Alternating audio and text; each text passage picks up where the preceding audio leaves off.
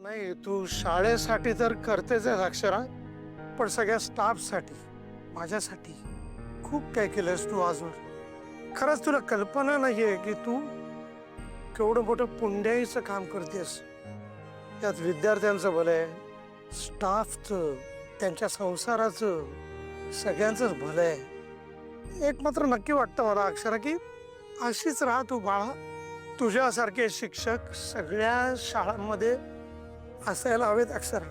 बघ ना अक्षरा, हे असं सगळं पहिल्यांदा घडत आहे. सो काही बोलू नकोस. Thank you, just thank you.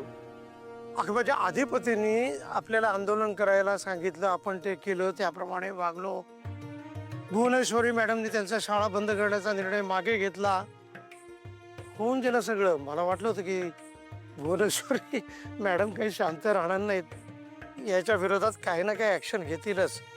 पण नाही, हे पहिल्यांदा घडलंय अक्षरा की आपण आपण आपण भुवनेश्वरी मॅडमच्या विरुद्ध, म्हणजे त्यांच्या मताविरुद्ध, मनाविरुद्ध काहीतरी केलं आणि त्या गप्प बसल्या. सगळ्यांचं भलं झालं याच्यामध्ये. So nothing, just thank you. Sir please thank you वगैरे नका म्हणू. आपल्या शाळेसाठीच केलं मी आणि इथून पुढेही करत राहीन. माझं कर्तव्य आहे सर ते. आणि तुम्ही म्हटलात तसं मी एकटीनं काही नाही केलं ना, आपण सगळ्यांनी मिळून हे केलंय. अधिपतींची साथ होती म्हणून मी हे सगळं करू शकले. अगदी खरंय.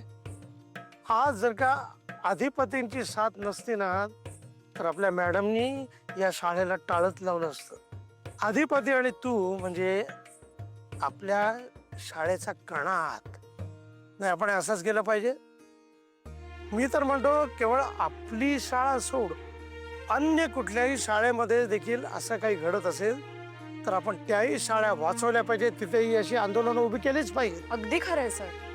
मुलांचं शिक्षण नाही थांबलं पाहिजे. मी नाही होऊ देणार ते कधीच. आता फक्त सर भुवनेश्वरी मॅडम कडून कागदपत्र येऊ दे, मग झालं. आपली शाळा कायमसाठी सेफ होईल सर. सेफ